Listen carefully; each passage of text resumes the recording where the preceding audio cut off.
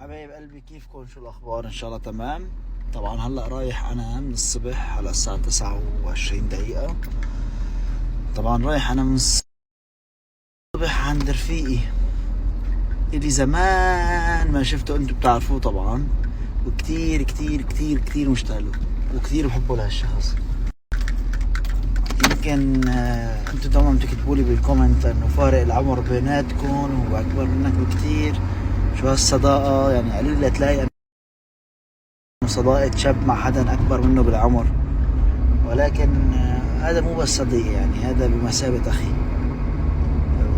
مو هاي كلمة أخي بتنقال لك مين كان، يعني هن يمكن لا ثلاثة لا أربعة بحياتي اللي قالوا هاي الكلمة.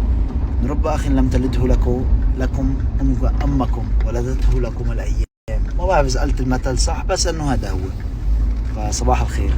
ربنا رشدا فضربنا على آدم بعثنا نقص على. طبعا هلا جيت لعند رفيقي اللي هو بمثابة أخي، اللي زمان ما شفته، مشتاق له خير الله. لقاء بعد غياب يا جماعة. أهلا. بونجور، يعطيك العافية. كيفك؟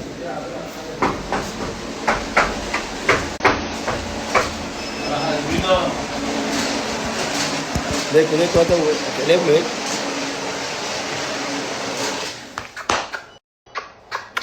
How are you?